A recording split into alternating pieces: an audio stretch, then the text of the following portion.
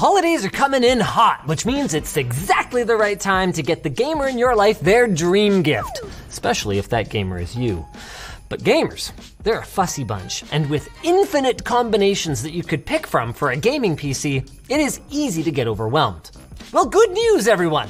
By clicking this video, you've already gotten the hardest part out of the way. So sit back as we unleash this blizzard of tech tips upon you. We're building 3 PCs at 3 different price points, and when we're done, you're gonna be equipped to make an informed decision and to save some serious money along the way. Just like this serious segue to our sponsor, Jawa. Jawa is the marketplace for buying and selling PC components and fully built rigs. From now until the end of the year, they'll have special limited time deals, so check them out at the link in the video description.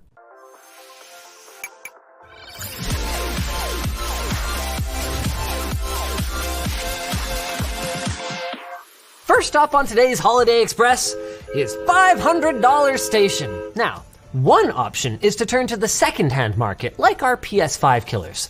Craigslist and Marketplace are a great way to maximize your dollar, but they also come with risks.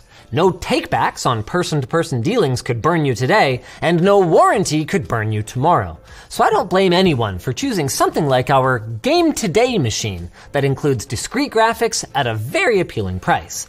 But, believe it or not, this isn't our recommendation either. At this price, we like the long-term value of our Game Tomorrow machine. You may already know that an APU, or Accelerated Processing Unit, combines a CPU and a GPU onto one chip, generally keeping both power consumption and costs down. But what you might not know is that over the last couple of generations, their gaming prowess has gotten very impressive.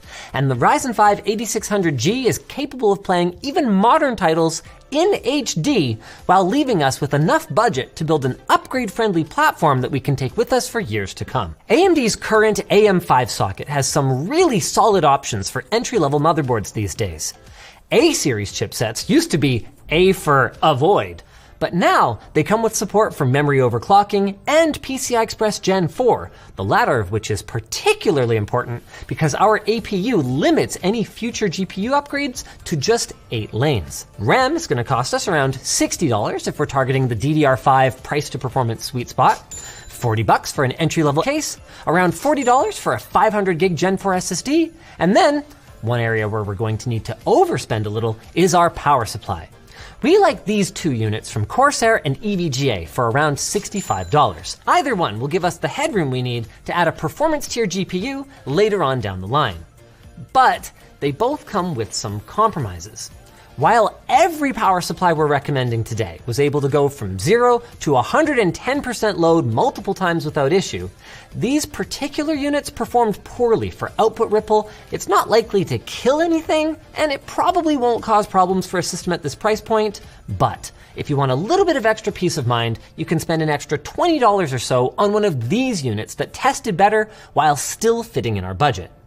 And here's the parts list. Upscaled gaming today, upscale gaming tomorrow once you slot in a GPU.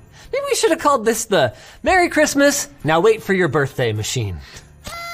Oh, you guys, it's not even my birthday. Which, wait, means there must be a secret bonus machine. That's right, my friends.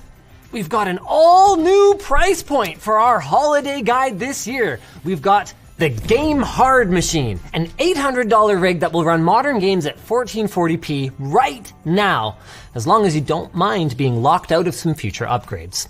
For our CPU then, we've gone with the 5700X3D on AMD's older AM4 platform.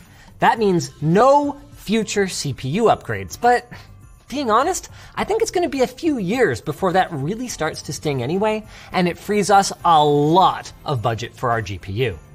Rounding out the system, we settled on a BIOS-compatible B450 motherboard, 16 gigs of reputable 3600 megatransfer per second RAM, and a decent PCIe NVMe SSD. Ideally here, you want to find one with a DRAM cache, but failing that, look for HMB support to ensure stutter-free operation.